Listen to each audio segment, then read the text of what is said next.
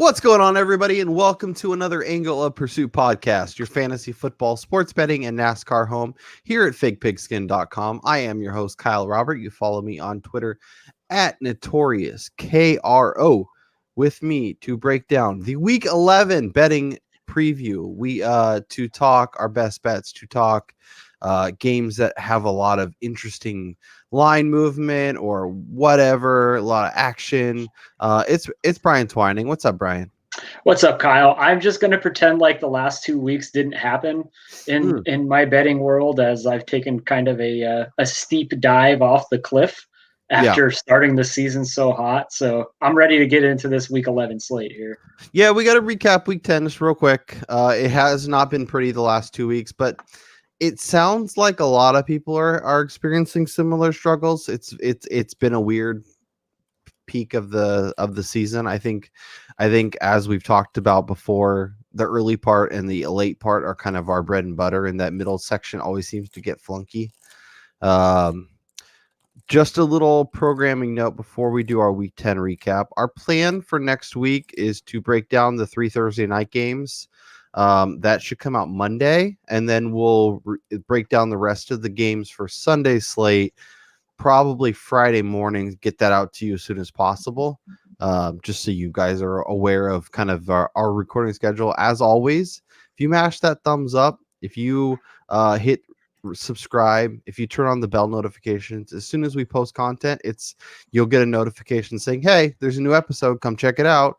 And that really will help kind of make things easier to, okay, this is when the shows go up. This is when everything's happening. If we go live, if we start doing things, we haven't gotten to fleeting yet, but it's still 2020. So we'll see what happens. But let's recap Week 10 a little bit. A wild round of games for me. Arizona, my best bet. Kyler taking a knee basically killed that, and we talked about it a little bit on the waiver wire show, I believe. It's probably the right play. It's just very frustrating when that's like your best bet, and it is like, oh, Kyle's finally gonna hit a best bet, and what happens? Oh, Kyler's like, nah, fam, I'm gonna take a knee right here. So that was interesting.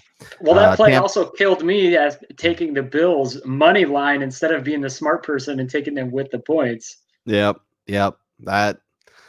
That's exactly like what the last 2 weeks have been. Like you're on the Bills, I'm on the Cardinals, and neither of us win.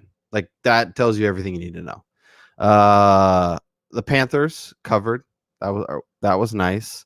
Wait, no, that was Week 9. Never mind. Tampa Bay -6 cover town. Niners got screwed out of a cover town, but that's okay. I do think it's funny that Drew Brees has fractured ribs and lungs, but he was the Niners defensive lineman was penalized for unnecessary roughness, and it's like, if he's injured in his middle section, like what's he supposed to do? Like you don't want him to hit his head, you don't want to hit his knees. He tackles him in the middle and still gets a penalty. So whatever. New England covered with ease. That was real nice. They won outright against Baltimore. Seattle, not so much, but as we talked about Sunday morning, we ended up being on the Rams. So that is why it's important to follow along and watch the shows into Sunday as we get new information, as we learn more. Our opinions may shift a little bit. And so I ended up actually betting the Rams and winning some money. So that was nice. Browns, Nick Chubb is on the 1 yard line and stepped out. Also very that was last brutal. 2 weeks.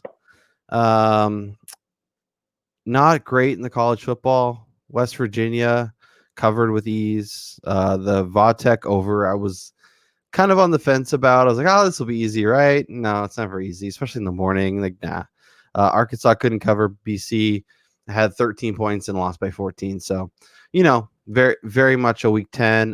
Brian started out great with this, with those 2 overs, and then just proceeded to lose every single bet the rest of the way. Yeah, Arkansas took a dump. Like you said, Nick Chubb decided to go out at the 1 yard line. The Packers game wound up being one of those horrible weather games, which I didn't anticipate when recording on Thursday. The Bills were the victim of the miraculous D-Hop catch.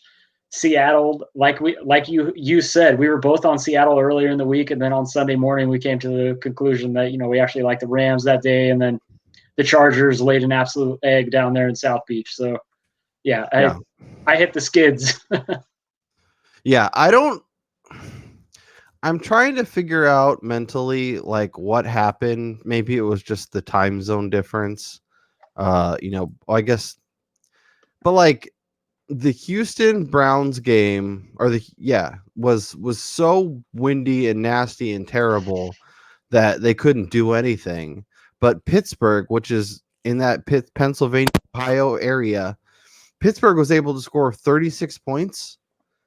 I guess the lightning delay ended up pushing them into a better window, and with the delay, with the being an afternoon game, I don't know. It was just incredibly frustrating because I was only under for that, and that didn't work out. But yeah, anyways, as we say, push on, push forward. We got to be like a great cornerback and not worry about the last play, only worry about the next play. And we're diving into week 11, and we have 3 games, as we always do. Plus, we have our best of the rest. Plus, we have college football minute. And then we'll recap it all at the end and hit you with our best bet. So, without further ado, let's dive in and let's talk about my Tennessee Titans traveling to Baltimore to take on those Baltimore stanky Ravens. Where's your head at with this one? This game right here is something I'm looking at. The Ravens defense is not the same Baltimore team that we saw last year. And I think we got to see a little bit of how they're vulnerable against the run last week, as we saw New England just absolutely pound the rock against them, which plays into what Tennessee wants to do. They want to give the ball to Derrick Henry. They want to milk the clock. They want to run that play action. Patrick Queen hasn't really been the guy who we thought he was thus far. It's still, he's still young.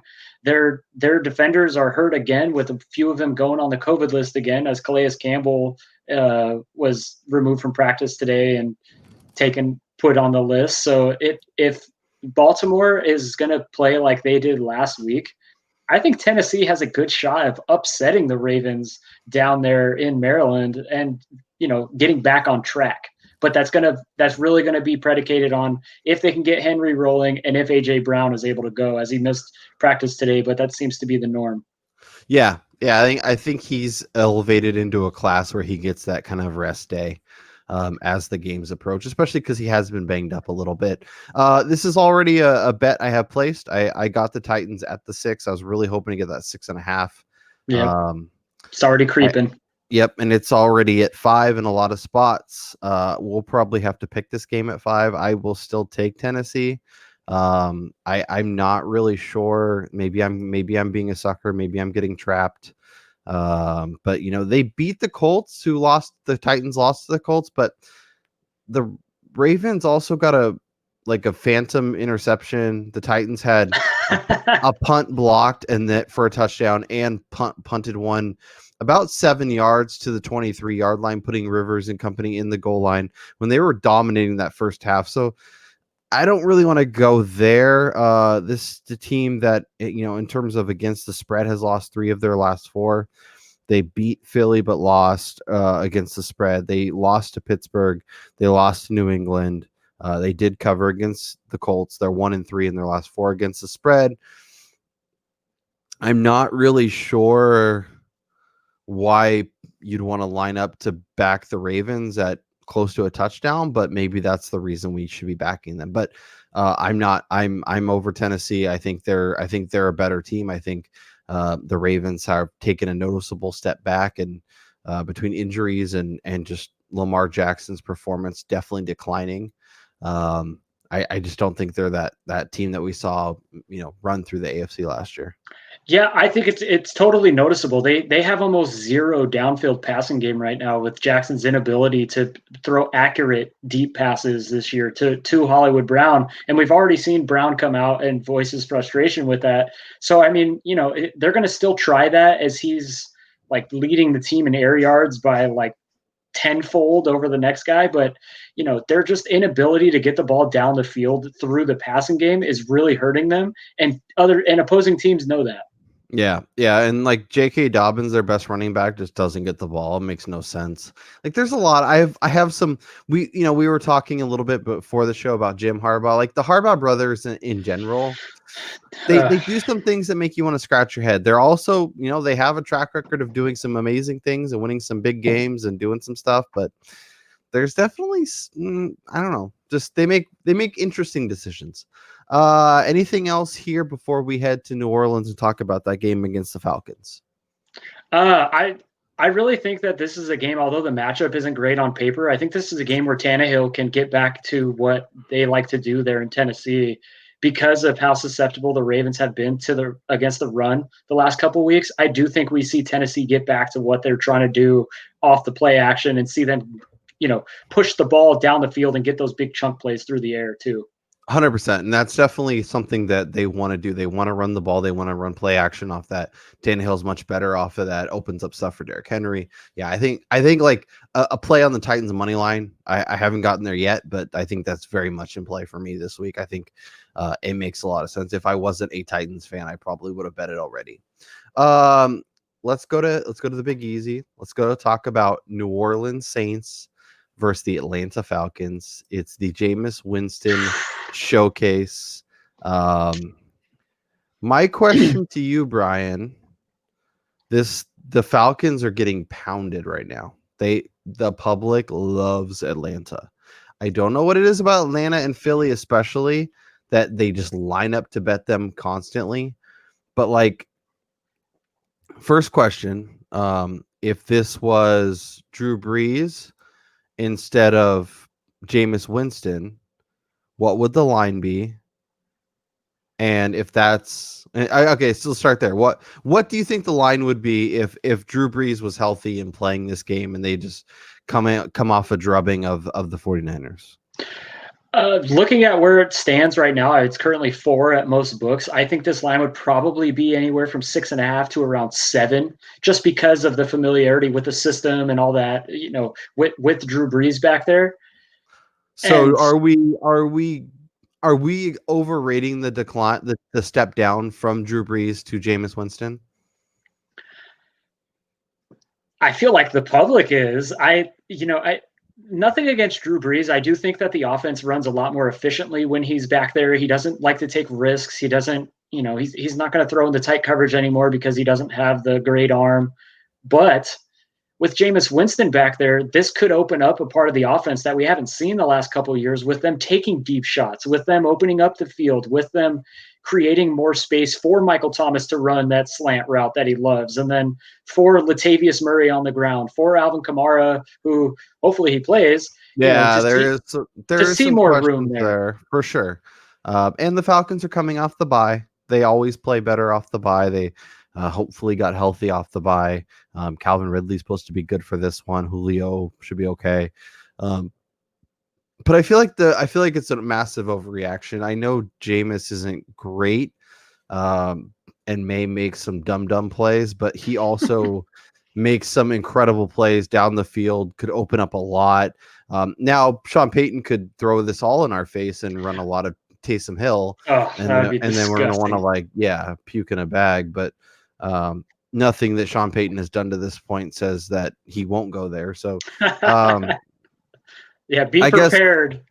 Yeah, so my inclination is Saints -4 for sure, and I'm tempted. Like, if I like that over is appealing, but I also worry that especially if no Alvin Kamara plays, it's a lot of Taysom Hill, a lot of Latavius Murray, and they just try and get out of here with a win, even if it's a 23-20 type game. So, where's your head at for this one, from a betting perspective? I still love the Saints against the line here. Their defense is playing so much better than it was early on in the season. Yep. I think this is a spot where, knowing that Breeze wasn't going to play, they've been able to prepare all week with Jameis Winston. There's going to be plays that they haven't run all season. I don't think Atlanta's ready for that kind of passing offense. And then, like you said, Atlanta's coming off the bye, but New Orleans, one thing that they do really well is defend against the run. And as good as Atlanta has been in terms of like getting the ball through the air. The only reason why they've been able to do that was because of their stick-to-itiveness to the ground game, even though it hasn't been successful. And this week, that's going to become even worse. Todd Gurley's averaging like 2.5 yards per carry over their last 4 games, and that may even dip lower against the Saints run defense. So that part of the game will be completely thrown out. And then New Orleans will be able to bring blitzes on Matt Ryan, which he's not good under pressure. Yeah, I think this is a very similar game that we saw week 1 with New Orleans against Tampa Bay, where everybody expected the high-powered offense to be able to keep up with New Orleans down in the Big Easy. But it's not going to happen. Yeah, and the Saints defense, it seems like every year, I don't know if it's coaching, I don't know if it's just they figure stuff out scheme-wise, but they always seem to get much, much better as the season rolls along. I'm with you. I'm backing the Saints in a big way this week, and we'll be backing them with real dollars. The third game on our best of 3 is those Tampa Bay Buccaneers versus the Los Angeles Rams. A really interesting game, definitely one that will garner my attention as I don't know if you guys can hear that, but I have like a road by me that sounds like the Fast and the Furious is being filmed. So the Tampa is currently 3.5, maybe 4, depending on where you look. They're getting 46% of the bets, but 74% of the money from the public. How do we feel about these two teams? Because I feel like there's a very wide range for both of them where some weeks they look like teams that are legitimate Super Bowl contenders, and other weeks they look god awful. I think that although this is being pegged as one of those like showdown games where these, you got Tampa Bay and all these weapons that Tom Brady has, and then the high flying Rams offense where they have all these receivers that Jared Goff can get the ball to. I don't think that it's out of possibility that this is one of those 20 to 17 games because of how good both of these defenses have been playing this season. And what they both do really well is it works perfect against their current opponent, as Tampa Bay likes to rush the passer, and Jared Goff is abysmal when you put pressure in his face. Mm-hmm. And on the other side of the ball with the Rams, they're able to get up in wide receivers' faces and not create space for them, and also get to the passer with their front 4, which, again, like Tom Brady's the same thing. If you're near his feet, he's not going to stay in the pocket or try to extend plays. So I do think that this could be a lower scoring affair than we think. Yeah, see, I want to line up to bet the Rams because I think they're the side I would want to back, but I also have concerns that Tampa, a team that's really good at stopping the run, slows down whoever Sean McVay decides is the running back this week. Then it's a lot, Jared Goff struggles when he doesn't have a running game to support him, to provide some, misdirection when he's doing his play action, when he does a lot of what he does. That it's going to be a long day for him, and Tampa's going to cruise. But I don't know that I trust Brady and company to be. And then, like, what do we where do we think Jalen Ramsey is? Is he just on a side, and then whoever it is on that side, whether it's Godwin or Evans or Brown, gets that coverage, and then the other side will be a little more open? Yeah, that's kind of what I'm expecting from the Rams, because I don't think you could have Ramsey pegged on one guy, because to me it seems like Tampa Bay, they've been moving their receivers all over the field. They're not lining up in the same spot, throughout the game. They're constantly moving. Who's running out of the slot? Who's running at the left wide? Who's out on the right? One thing that I do, the reason why I'm with you, I'm leaning the Rams with the points, is I do think it'll be really interesting to watch how the Tampa Bay uber aggressive front 7 deals with the pre-snap motion that the Rams use with their wide receivers, and how they like to run those jet sweeps. They run play action off of those jet sweeps, and it'll be interesting to see how Tampa Bay counters that, and if they kind of stay back a little bit more than what we've seen them this year, being one of the most aggressive defenses throughout the season. Yeah. I think this is going to be, honestly, like, if I had to bet it, I would bet the Rams. But I think this is going to be more of a watch and enjoy, and maybe this is like a potential NFC playoff preview. Let's keep it rolling. Let's talk best of the rest. Brian, of all the games that we haven't discussed, which one, from a betting perspective, is most interesting to you? Honestly, I'm looking at the Chargers and the Jets. Just in terms of, like, I think this could be a sneaky shootout game with the Jets looking a lot better the past couple weeks, getting their aerial attack going a little bit more. The Chargers have been susceptible to teams throwing the ball on them of recent weeks, and the Chargers going up against the Jets defense who have no corners whatsoever. I think this is a spot where both Keenan Allen and Mike Williams are able to, do a lot of damage. And then on the other side, I think this is a game where you see Denzel Mims and Jamison Crowder kind of shine for the Jets. And currently sitting at 46, I'm not going to say it's an easily attainable number, but I do think that they could get there in this game with both teams where defenses are just almost non-existent the last couple of weeks. Yeah, see, and I feel like there's a couple paths to going over, whether it's the Chargers kicking the crap out of the Jets and scoring 37 themselves and finding a way to get over, or a really competitive game where it's 28-31, something like that. Because as you mentioned, this Chargers team hasn't been good. And the fact that it's close to, if I could get 10 points with this, I'm backing the Jets, as gross as that sounds. Because this Chargers team hasn't won. They're not winning games. If they were beating Miami, I know they've been great and I know they've looked solid, but their defense is having woes. Their offense has been fine. Obviously incredibly productive with Justin Herbert. Justin Herbert also got that haircut, so we'll see how that affects his, and it's also another Kalen Ballage revenge game. So yes, the Ballage barrage is in ready and waiting. Horrible. Yeah.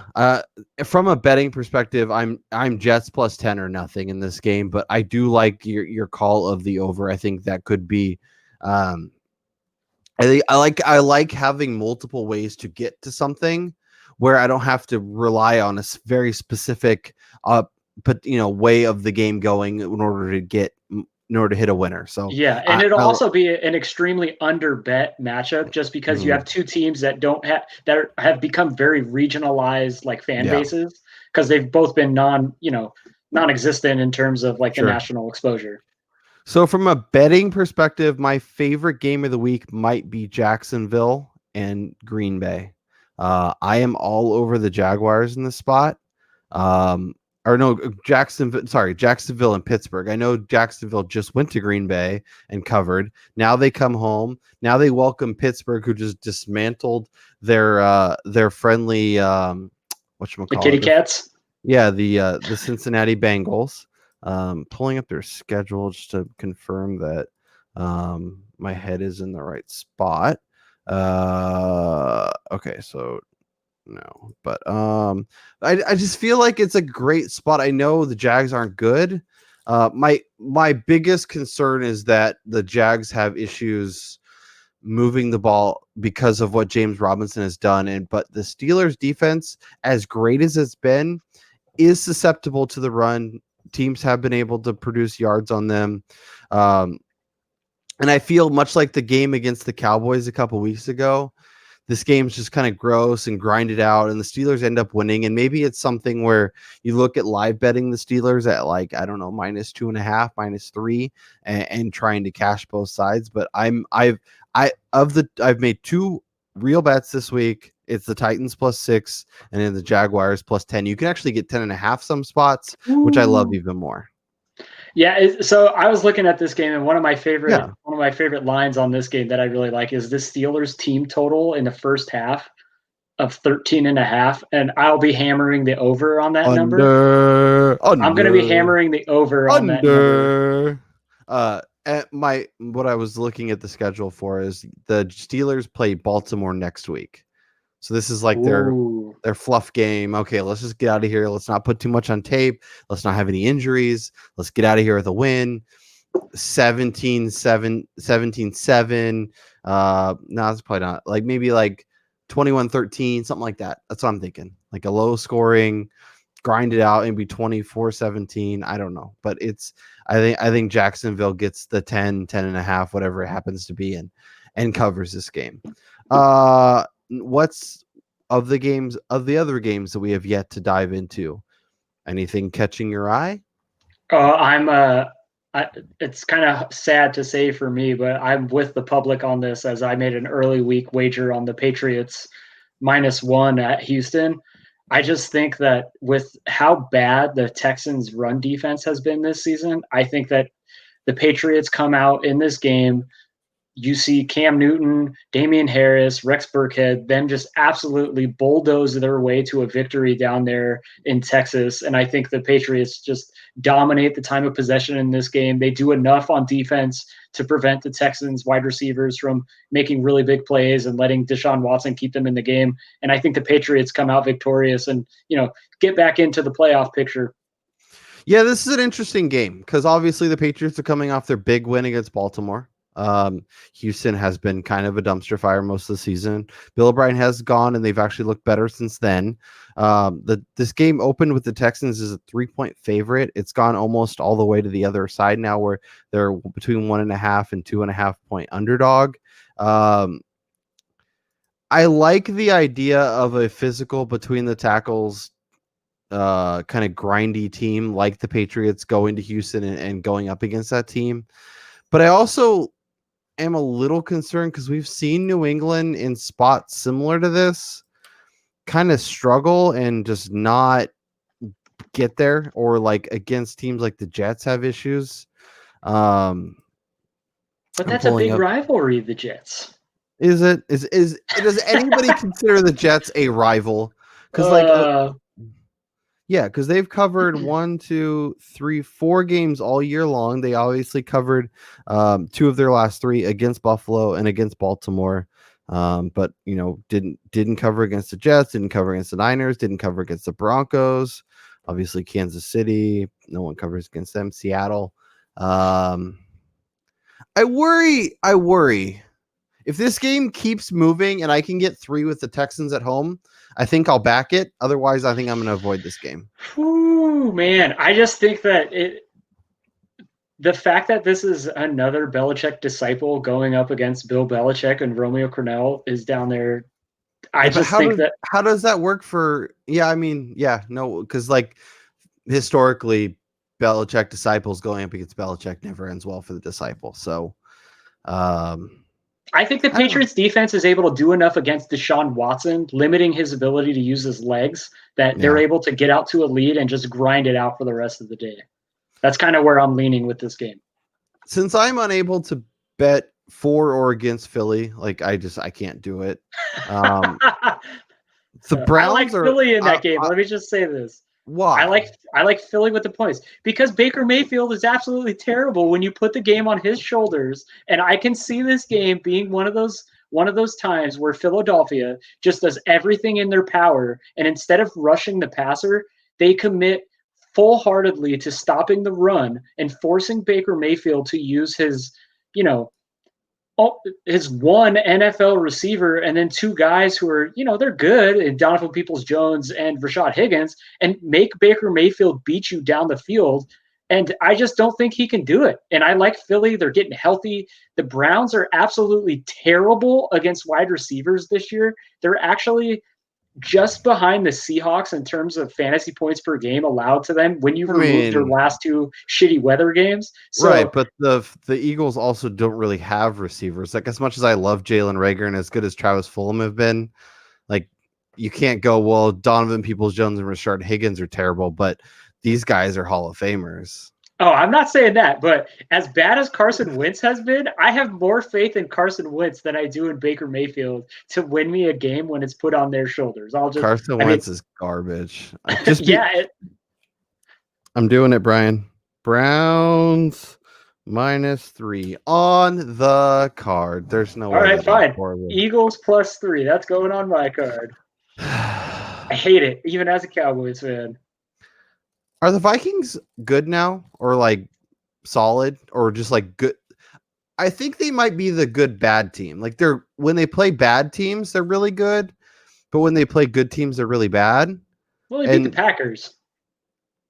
Yeah, but I don't think Green Bay is all that good either. Like Green Bay's offense is 3 guys: Aaron Rodgers, Aaron Jones, and Devontae Adams. So the Vikings opened as a 9.5 point favorite. It's down to 7.5, depending on where you look. I like the Cowboys at anything touchdown and over. If it gets down underneath a touchdown, I'm going to take the Vikings. Here's my concern. Dalvin Cook's back to all of the Cowboys defender multiple times a game, and it's like 34-13. That would be my concern lining up to bet the Cowboys. Don't get me Yeah. wrong, like I understand where the movement's coming from. I understand your thought there. Obviously Andy Dalton being back under center, I think is an upgrade. Last time we saw him, it wasn't very good, but I don't. We'll see. So one of the things, the reason why I think that Dallas has a good chance in this game, if it was kind of surprising to see what Minnesota's defense was able to do to Chicago, in terms of getting to the passer, as Minnesota throughout this season has been one of the worst teams in the NFL in creating pressure. And the Bears were like kind of middle of the pack in preventing it. So it was interesting to see that they were able to do so much and get in Nick Foles' face as much as they did. But, even to that point, the Bears should have won that game if their offense could have done anything at all in the second half. Chicago should have came away with that game with a victory. Yeah. On a night where Dalvin Cook was completely shut down and the only person that did anything for the Vikings through the air was Justin Jefferson. And the Cowboys offense is probably, even minus all their offensive linemen, minus Dak Prescott, is still at least 2 times as good as what Chicago offers, going up against the Vikings pass defense that before last week was one of the worst in the NFL, defending wide receivers. I just think that the Cowboys, we're now discounting them to the point of them like the Jets, which I don't think they're that bad. Their defense is pretty bad, but are we going to trust Kirk Cousins again to, look like a guy who can lead a team into the playoffs and get his team together? For me, I can't do that, which is why I like the Cowboys at anything over a touchdown, and the Vikings, I'll take anything under 7. I get it.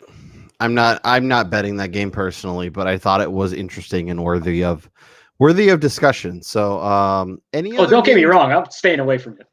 Any other games you want to jump into before we talk some college football? I mean, we've almost hit on every single game, but one of my favorite games to watch this weekend, which I think is going to be another really good one, is the Bengals and the Washington football team. Yeah. We're not talking about this matchup very much, but Cincinnati last week, they got thumped by Pittsburgh, but they're looking like a team that over the next couple of years can be a force to be reckoned with that offense. And they have no defense right now, but if they could just get some pieces, they should be okay. And Alex Smith leads the NFL in passing yards the last 2 weeks. Antonio Gibson and J.D. McKissick are like the best 1-2 punch in the NFL in terms of backfield mates. Like, I like Washington against the line, but for me, I'll probably stay away from that. But I think this is one of the most intriguing games of the weekend, to see Alex Smith versus Joe Burrow and see the kind of diverse attacks that they like to run. Well, and it's really funny too, because as you mentioned, like Cincinnati offensively has a lot of things to get you really excited about what their future could be. For Washington, a lot of that excitement is on the defensive side of the ball, especially that front seven. I think it's really talented. But their back end is susceptible to passing, and I think Joe Burrow has the ability to take advantage of that. I do think I'm with you. I like Washington in that spot. The line's kind of all over the place, and I think there's still some stuff they're figuring out in terms of like who may or may not play in that one. But I think if you can get Washington at home less than a field goal, I'm down to back that for sure. Let's talk the college football minute. This college football minute may or may not be a minute long, but we'll talk about some of our favorite bets for the week. Some of the games garnering our attention. Brian, is there any football college games that are garnering your attention this week? All right, so I'm going to go back to the I think it's the Big South Conference here, but I love that Appalachian State at Coastal Carolina game over 48. Both of these teams are averaging well over 30 points a game, both averaging over 440 yards a game, and neither team has faced an opponent like each other. They're not giving up very many points, but they've been facing the crap of the conference so far this year. So I do think that both of these teams are going to be able to move the ball on each other. We're going to see a shootout. This could be kind of like that Wake Forest North Carolina game where we approach the total in the first half, and then you're breathing easy and taking that money to the bank. I was going to take Maryland at home against Michigan State -6, as that offense had kind of hit its stride the other Tagovailoa had 6 touchdowns and only 1 interception the last 2 games. They had been kind of, playing really, really good football, and Michigan State sucks. But, so we'll scratch that off. I think Penn State gets off the schneid finally. I was them. just looking at that game. This game Money is line interesting. at home versus Iowa. Yeah, so this is the first time. Let me see. Let me pull up the exact information because I want to get this right. So this is the 8th time where under James Franklin, where Penn State has been an underdog at home. The previous 7 times were against Ohio State. So this is a very unique scenario. The last time Penn State was an underdog at home to anyone other than Ohio State was Maryland back in 2016. Sean Clifford is garbage. Like he was completely derailing this Penn State offense, and a big part of why they were so bad. They made a switch. I forget the name of the other guy they went to, but the offense kind of started figuring out. Obviously, not having Journey Brown, obviously not having some of their pieces is key. But I'm 100% with you. I think Penn State plus 2.5. Like Iowa's been a nice story, but are we really going to trust Iowa on the road against a Penn State team that a lot of us like coming in? And the fact that they have no wins, like this isn't going to be a winless Penn State team. Otherwise, Jim Harbaugh and James Franklin will be waving to each other in the unemployment line at the end of the season. Yeah, and it's not like Penn State is losing games by, it's not like they're getting blown out of these games. They've been in almost every single one of these games. And if it wasn't, they're kind of getting blown out. They're making if it wasn't for that iffy call in week 1 versus Indiana, we might be talking about, a completely different story down there. It's kind of wild how that can happen, but like legitimately, like one thing happens and then another one thing happens, and then it kind of has a snowball effect, and all of a sudden the thing that we thought was going to happen completely flips on its head and is going the other way. Yeah, and then I got one more, and I also like Utah kicking off their season, finally playing their first game of the year at home to beat USC, who has not looked impressive in their first 2 games, needing comeback victories in both of these affairs. I like Utah, who many thought was the cream of the crop in the Pac-12 entering this season, to come out on top, even though we have no information on them for this season. But yeah, so those are my 3 that I like this week. I love that call. I haven't got the updated numbers, but like the records of teams not only winning but covering as like in their first game against teams that have been playing is like astronomical. It's like 27-2 or something crazy. I love Utah. I think they're gonna put a lot of pressure on what like their defense. They're physical. They run the ball. They want to grind the game out. And I think USC's wants to throw it all around. And obviously going toe to toe with the 2 Arizona schools, including U of A, who is not a good team. I think that is a great call. Pulling through the college lines, looking for the ones that jump out to me. I'm 100% with you on Penn State. That is on my card this week. I'm going to be backing that, and probably backing that with real dollars. I also like Kansas State plus 10.5 against Iowa State. Iowa State is one of those teams for me that when they play a really good team, when they play an Oklahoma, they have the ceiling game, but they also have the floor game where they play against teams that they shouldn't let hang around. And because Brock Purdy hasn't really evolved since his freshman year, and as much as I like Breece Hall, don't really trust that offense to win this game by double digits. I think it's low scoring, grind it out. Like I don't even hate taking Kansas State plus the under and trying to parlay that. That could be, I think that's the way this game will go. So if you want to back Kansas State, I think that makes a ton of sense. Jesus, BYU 50 point, 47.5 point favorites. So that was a game, real quick. I was looking for their numbers earlier in the week. I was trying to find their team total for this game because I knew they were going to be and I was going to bet whatever their team total is, I'm taking the over. So let's add that to my ticket. 60, whatever. Give it to me. I kind of like Ohio State. I know I'm a Ohio State fan, Ohio State homer. I think they win this game by 3 touchdowns. I think Indiana has won some games that they probably are like they're better than a lot of the Big Ten teams, but I think there's still such a massive gap. This reminds me of like the game a couple weeks ago when Miami went to Clemson as like a 2 touchdown underdog Yeah. and got their doors blown out. There's certain teams and certain conferences that they'll try and they'll get cute and they'll Indiana their way into an interesting position in the season, and then they play Ohio State and they get their doors blown off. Ohio State they still haven't gotten to where I think they need to be if they want to like win a national championship. But I think this is going to be an important game for them to put their foot on the pedal, play really well, make a statement and say, hey, we're one of the best teams. If they let Indiana hang around, I think that says a lot. We have Bedlam this week. We have Oklahoma State.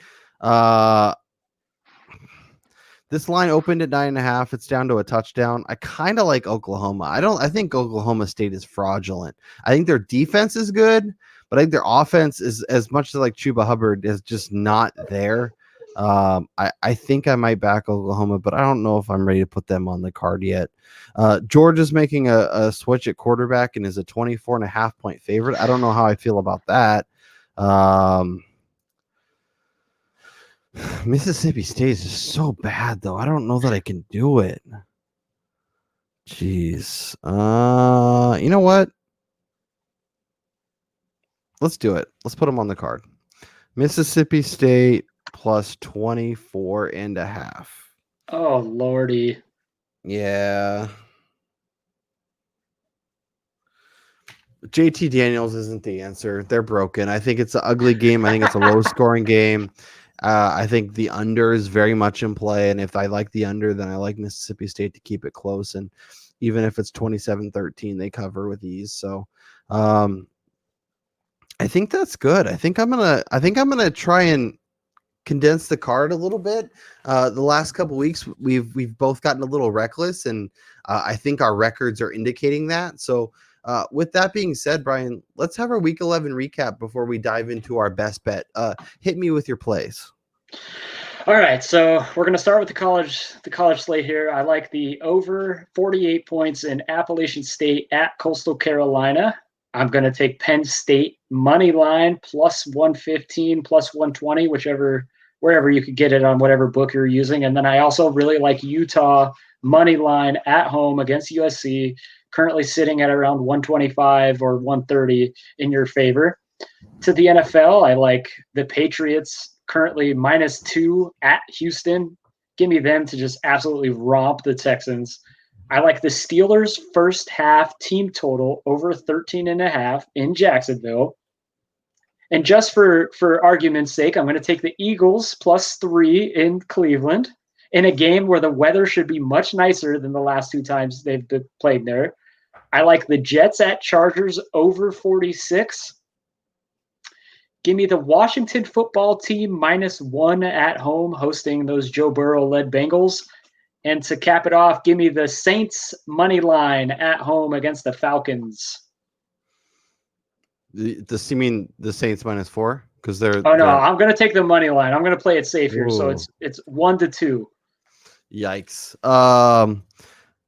Jets +9.5, Titans +5, Saints -4, Browns -3, and Jags +10.5 is my NFL card for Sunday. On Saturday, we got Penn State +2.5. I'm riding with Brian on that. Kansas State +10.5, and Mississippi State +24.5 against Georgia. Brian, what's your best bet? Man, this week is really hard. For a while, I was riding those Steelers and the Saints and all that stuff. This week, I'm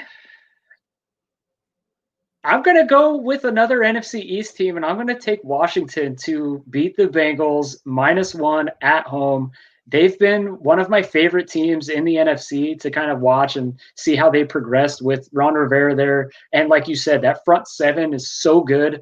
They have Mm-hmm. all the makings of a team that can make a Super Bowl run over the next 3 to 4 years. So I like what they're doing there. I like their backfield and how they're deploying those guys. And of course, how could you not love F1, Scary Terry, whatever the hell you want to call him, Terry McLaurin over there going up against this Bengals team.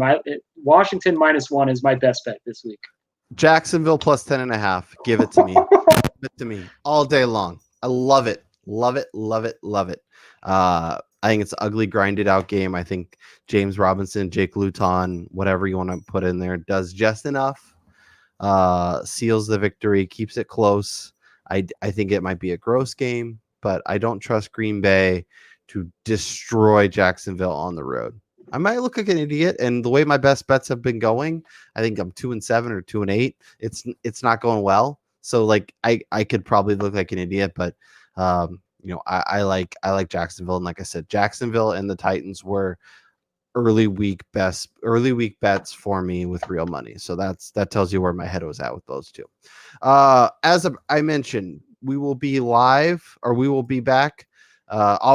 We'll be live Sunday morning to get you set for the schedule. So fantasy questions, start sit, all that stuff, betting questions, feel free to bring those. We will be back on Monday to break down the waiver wire, as well as preview the three Thursday games for Thanksgiving. And then be back on Friday to break down the rest of the Sunday slate and college football and all the stuff we normally do. For Brian Twining, I'm Kyle Robert, and we'll talk to y'all next time.